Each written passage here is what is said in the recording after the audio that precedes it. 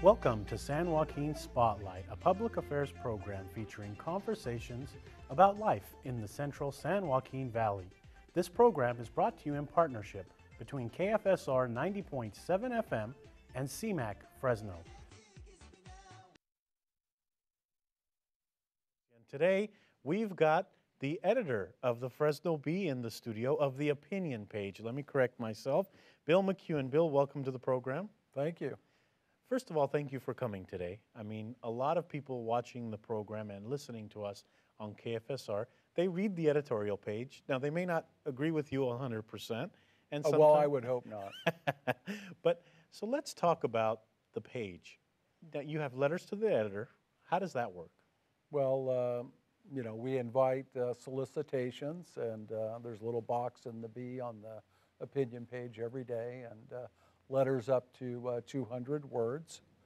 And, you know, I would say we probably get 120 to 150 a week on average, and we'll print about 70 to 75 a week. Let me stop you there. On average, 120 letters to the editor come to or you? more. During the political season, it will run higher. And when there's a big national political event, Benghazi, obviously with the state of situation in the Middle East right now, anytime there are high-profile events or controversies, you'll get more letters.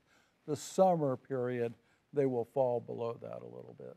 So what are you looking for? I mean, you can't obviously print out every letter, and you may not want to print every letter. So what are you looking for? Well, there's a lot going on there. First of all, we look for what's called turf, and those are letters that are written to template. They read remarkably the same, and often they'll be by groups from around the country. They will encourage people in a particular city to write this letter. So we have to be on safeguard to watch out for that. We want people's original thoughts. Political campaigns often do this. Monday mail, you'll get a rash of letters, 4 or 5, and they all read remarkably the same. The other thing that happens is we allow rants, but we really are not interested in a repetition of rants. And so, for example, with President Obama, what you'll see is he's the worst president ever. Okay, right? And then it'll say IRS, Benghazi, Fast and Furious, on and on and on. And it's not adding anything new to the debate. So if you want to have a rant against President Obama, we'll gladly publish it. Give us something original or something that you haven't heard on Fox News. So is that what you're looking for? Original thoughts from people from the Valley, or how far? I mean, if our preference is, you know, it's about local topics, but we recognize people have a lot of interest in national and international topics. For example, with the Armenian community, recognition for the Armenian genocide. And then with things that have happened with Turkey not keeping up its word, Turkey kind of being a very soft ally, if you will, to the United States. So those are national, international topics, but they're of heightened interest here in the Fresno area where many Armenians have settled. So, you know, that's what we're looking for. Generally, we do not allow letters from outside the region, and we will see, you know, someone from Sacramento wanting to chime in on maybe state government developments or something happening in Fresno. Space is limited. We give our preference to our Valley readers. You've just described a lot that's going on just in the letters to the editor, and the Fresno Bee that has tons of components, which we'll talk about a little later. But along with the letters to the editor, first let me backtrack and ask you, are you still looking for people to write letters to the editor? Sure, we're always looking for new voices. And in that regard, to encourage that, we allow each individual to have one letter every 30 days. And we have people that would love to have a letter in the paper once a week. And, you know, some regular letter writers, I would say, they do develop a following because they may be witty, or, you know, they have a sense of irony, or they're just good writers. And people will look for them. But we do not want one voice to dominate. So we have that rule, one every 30 days. And the other thing I'd like to point out, our 200-word maximum People will complain about that. We get complaints about it every week, but that's significantly longer than most other major newspapers in California, about 25% longer. And also, we believe that we print more letters than any other major paper in California. You know, I will say this. I know people that have submitted letters to the editor, and when they get in, they're surprised. The Fresno Bee gets letters to the editor because, you know, I don't know. For me, we're in a unique situation here. If I lived in LA, let's say, and I was writing to the LA Times, chances are my chances are not good to get in there. Well, wouldn't you say that? Yeah, they're longer than they would be in the Bee for couple of reasons. One would be it's, a huge area with many, many, many millions of people. The other, they don't print as many letters as we do. I mean, we've made that commitment to our readership, and we believe it's important. Along with the letters to the editor comes something called Valley Voices. Now, I will go on the record and say that I've submitted both, and I'll tell you that that has made me a better writer. I mean, I don't know if you agree with it or not, but for me, it has made me a better writer when people say, you said this way, you could have written it the other way. First question, talk about what Valley Voices are, and second question, talk about, will people become better writers if they submit stuff to the Bee or any publication? So when I took over the editorial pages, one of my goals was to freshen up Valley Voices and to seek out new voices, so to speak. And you ask, what is a Valley Voice? Well, it's someone that's writing about our area and perhaps shining light on something that's unique or different. People read Valley Voices because they're looking for that common bond. Also to be educated about a particular culture, for example, to find out the challenges and successes that some of our immigrant groups are having. A lot of people want to put purely political items in Valley Voices, and we will allow that on occasion, but really we give preference to people that are writing about cultural events or individual experiences. Readers really like stories written by Valley residents, inspiring stories, people overcoming challenges and those kinds of things. Does that, let's say that I'm a frequent writer of letters to the editor or Valley Voices, in your opinion, will I become a better writer? Well, there are some people that are writing and they have a unique story and maybe they're not a great writer. You publish it anyway because the story's so good. And then you have people that participate pretty regularly in Valley Voices. Their goal is to become a better writer, and so either myself or Gail Marshall on the opinion page staff, we will give those stories good edits. We will make suggestions. We'll have some back and forth either on the telephone or through email about how to make them better pieces. By the way, Miss Marshall's a great writer as well. Sometimes I see her written column come up in the magazine that you all have over there at the Bee. So Valley Voices, letters to the editor, and then it's political season, so I have to ask you about the Bee's endorsements. How do those endorsements come about? Because sometimes I've noticed you'll endorse a very liberal candidate, and then you'll come around and endorse someone that's a little bit more conservative, and people are like, wow, the Bee just endorsed so-and-so. Could you believe that? So talk about the process. Well, first of all, they're recommendations, not endorsements, and I think the difference is with a candidate, if you're endorsing them, you're giving them the seal of approval. What we're saying is they're the better choice in this race. And when you ask about where they fall on the political scale, what we're looking for is experience, their read on the issues, integrity. We're looking for, kind of broad-based knowledge. And whether they're left or right isn't that big a concern to us. You said, that we'll recommend liberals and then someone a little more conservative. Actually, we've recommended hard rock conservatives. And in the case of a recent city council race, recommended a Tea Party member. So it's our read on the situation. Who do we think is going to best represent the interests of that district, whether it's city council or it's a school district, Congress, state Senate, Assembly. That's where we go on that. I will say that, you know, they talk about the power of incumbency. If someone's been in office and is doing a good job, a challenger to get our recommendation would just have to be way up there. So a lot goes into just this editorial page. I mean, letters to the editor, Valley Voices. You have your recommendations, and then you have your own opinion piece. How do you come up with topics for that? I mean, well, in regards to editorials, I mean, all you have to do is look around the community and say, what are people talking about? Or what is important? What is the decision that a city council is going to have on a Thursday, or the Board of Supervisors is going to have on Tuesday? The other thing, Sevag, if you'll notice, there's just really shrinking coverage of what goes on in Sacramento and the state capitol. Television's really pulled back. And for us at the Bee, we feel like we're the only source of, or one of the only sources for people to get news about what's happening in Sacramento. And let's face it, you know this, state government affects people every day. You know, you're not going to have a plastic bag when you go home from the grocery store anymore. It's going to be a paper bag.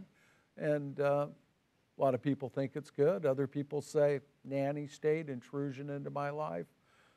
We don't need to be doing this. And so, you know, we do give regular coverage to issues that are going on in the state capitol, and we do write editorials every week about legislation that's coming up, how the governor's performing, and, you know, lots of talk about Assembly Bill 109, commonly called realignment, what it's done to jails,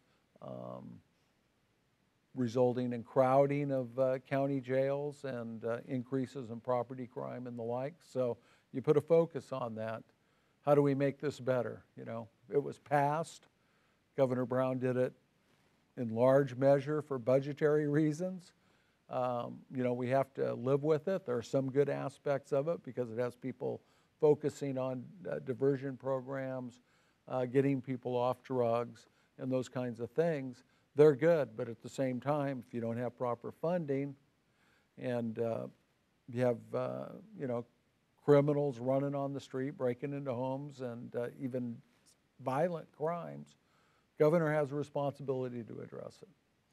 You know, going back to, you know, the editorial page, how can people assist you in what you're trying to do? I mean, you know, the Bee is a popular newspaper. I see it everywhere I go. And so that means people are still reading it and subscribing. How can, I mean, other than purchasing the paper, what else are you looking for from average people in Fresno that go to work in and out every day?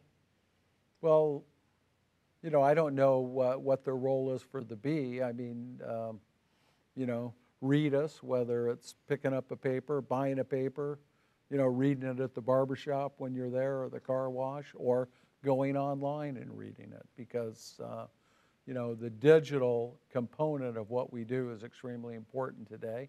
And I hear people say, well, you know, I don't want to pay for the Bee, or I don't like the Bee, that's why I look at it online. And when they're looking at it online, every time they click, they're helping us, because, you know, newspapers have found out a way to monetize every one of those clicks. So it may not come out of the customer's pocket directly, but someone is paying for the ad that's going around that news story. You know, I just thought of a question while you're talking. But just if you'll permit me, Sure, I think sure. the way, you know, we just want to see more people involved in the democratic process, voting, paying attention to what happens, and it affects them. And too many people today say, my vote doesn't make any difference, or, you know, nothing's going to change. Well, actually, things can change. And we see things changing in politics all the time. A lot of people think it's for the worst. Well, they have to get involved. If you don't get involved, to me, you don't really have a right to complain. Just grin and bear it. Are there times where you'll do a story and you'll be surprised at how many clicks it gets, or you'll be surprised at how many comments are left at the story? I mean, you're you're at the Bee day in and day out, and there has to be stories that sometimes you go, wow, how come everybody's so interested? I mean, has that happened? Well, it's a basic fact of life that an unusual crime story will garner a lot of attention in print and online. But there's also part of this business that just falls into you never know. You never know when a story is going to get a lot of traction. And sometimes it can be a very serious story. What makes a good writer? I mean, sometimes, see, I like promoting Valley Voices and Letters to the Editor when I talk to people. And I truly believe it's made me a better writer. People comment on what I do right or wrong. But what makes a good writer? I mean, how can someone become a good writer? Well, not be satisfied. One, just have the goal of being a better writer. Two, always be curious. Three, be willing to work hard.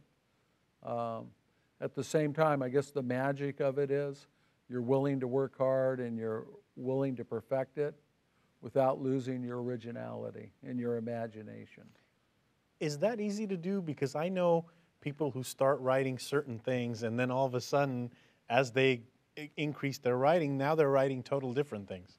Well, that's the evolution of a writer. I mean, that's natural progression. But again, I think the key is don't stifle your creativity. Always think that it's special. Maybe always believe that if it goes under your name, it's going to be the best thing in print that day or the best book ever written. You have to have that attitude and confidence in yourself. And the other thing is there are basic tricks to writing, and you can go to Amazon or Barnes and Noble.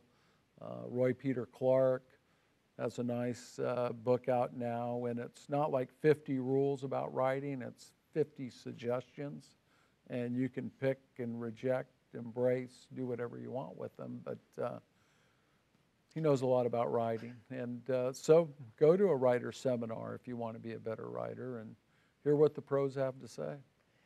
Talk about your background, because, when I first started reading the Bee, you were at the sports page, and then you did City Hall and now editorial. Talk about your background. Why did you decide to get into this area? Into journalism? Into journalism. That was always something I was fascinated by. I'm a military brat, and for a while we lived in Oregon, and, I'm a young kid, I don't know, 5, 6 years old, and pick up the Oregon Journal or the Oregonian, and my early interest was sports, and it just seemed magic to me. In fact, I was in first or second grade, and I was putting out a little neighborhood newspaper. Wow. It was on a 8.5 by 11, and run copies of it. And who would have known? Just the neighborhood news, those kinds of things. So.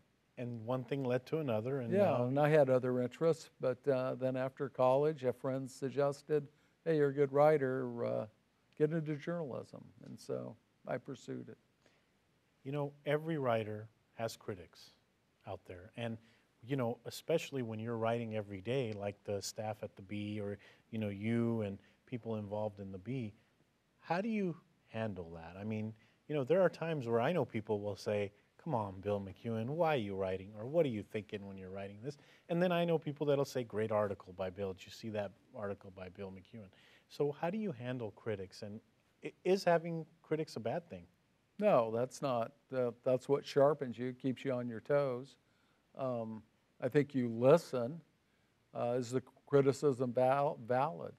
If it is, then you need to address the situation.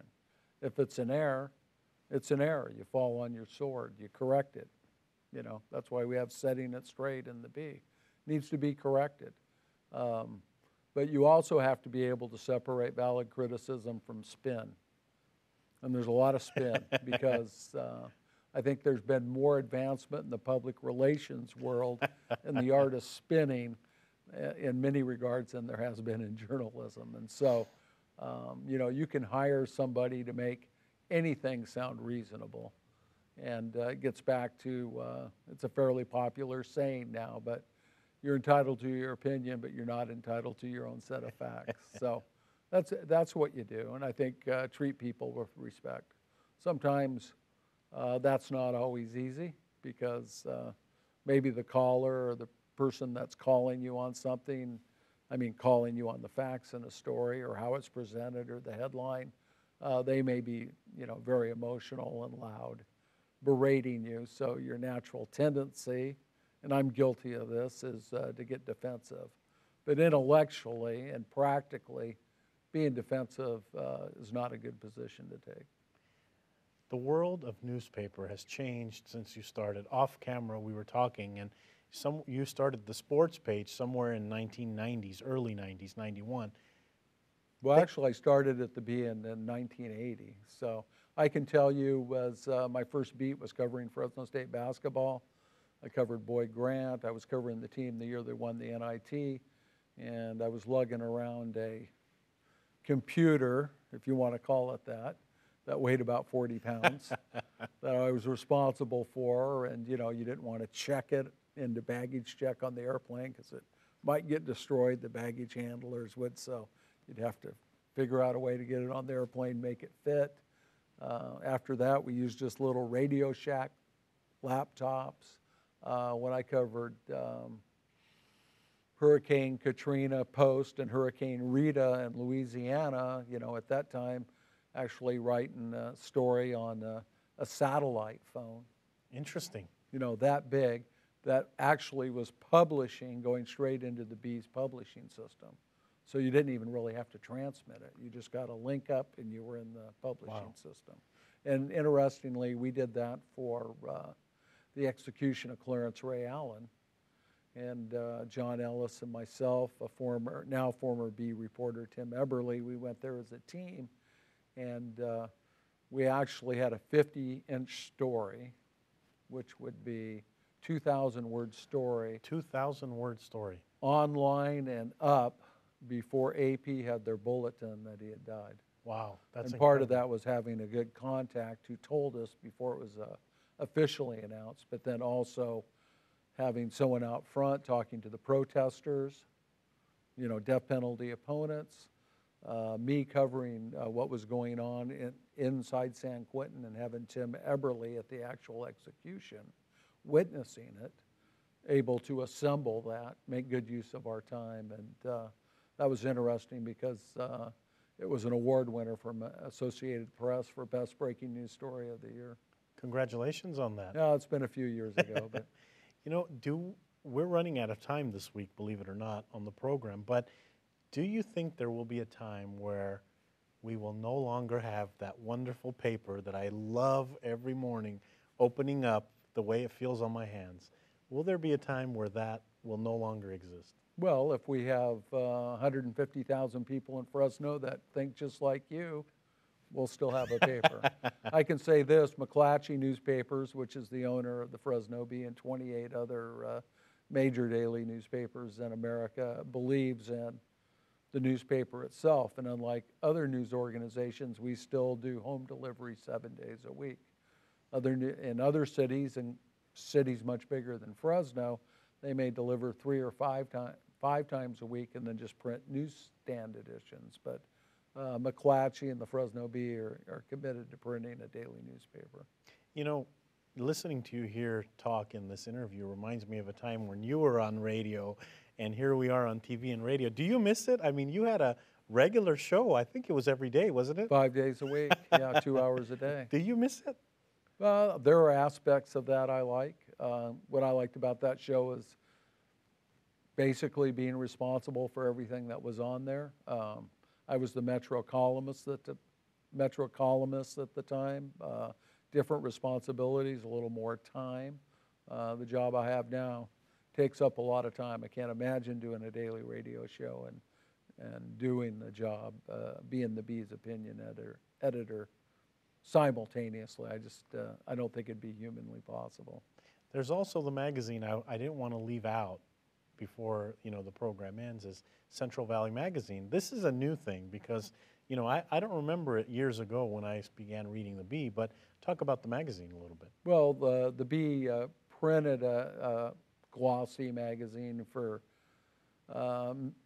several years, I would say, and then pulled it back, and then came back about 2 years ago or so, and it's proved very popular with readers. Again, The key there is, news articles that people are interested in. And, it serves as a supplement to the newspaper. It has a different focus. You have about a minute or a few more minutes to talk about one last thing that I had to get in there. You have something called a picture book, Fresno Picture Book, coming up with the Bee. Talk about that. Oh, that's the memory book? The memory book. Yeah, I'm not tuned into that as well as I should be. But the Bee Bee's putting something like that on, too. Yes. Well, think about when we did the 150th anniversary of Fresno County. That was a major undertaking, and I don't know if you remember that. I do, but, I do. That was a total newsroom-wide production, and readers loved it. That was fabulously successful. So this will air before the election airs. So why should people vote? To have a voice. It's part of democracy. And when you think about the sacrifices that, our men and the women in the military make, they're fighting for our freedom. One of those greatest freedoms is the right to vote. And, when you look at voter participation rates in other countries, where it's 90%, or even if you look at like Afghanistan for theirs elections, where people are traveling 200, 300, 400 miles just to vote, and then we turn around and complain because we might have to wait a half hour in line. It seems like a very hollow complaint. I just think that it's something you should do. It's part of being an American. We live in the greatest country in the world. Make sure that it stays that way. How can people find out more information about the Fresno Bee, and how can people find out more information about what you're writing? Well, let me spin it this way. We have something called E the People, and it's electronic voter guide. And we did it in the primary, and we know the public loved it by the number of clicks that we got on the site, especially in the last 3, 4, 5 days before the election, and we're doing it again. And so you can see all of your candidates. You can go to FresnoBee.com, hit E the People. That's for electronic, I guess. But anyway, you can take any candidate in a race, push a button, and match them against the other candidate. Excellent. And then, it has their picture, their name, their experience, and their answer to 5 or 6 questions. And we thought this was important for candidates as well, who are always complaining, how do I get the word out? Advertising's so expensive. The incumbent has all the advantages. All the money flows to the incumbent. We think that this Bee voter guide is a way to give everyone an opportunity and for voters to compare the candidates and do it without it being a political ad, which so often are very misleading. Bill McEwen, we are out of time this week on the program. Thank you so much for coming, making time in your busy schedule to be here today. Thanks for inviting me. That's all for this edition of San Joaquin Spotlight. Our guest this week has been Bill McEwen with the Fresno Bee. Thank you to the volunteer crew that made this and every production possible. We couldn't do this program without you. Tune in next week for a new edition of San Joaquin Spotlight. Lastly, thank you to our audience members listening to us on 90.7 FM, KFSR Fresno, and to those watching on CMAC. See you next time.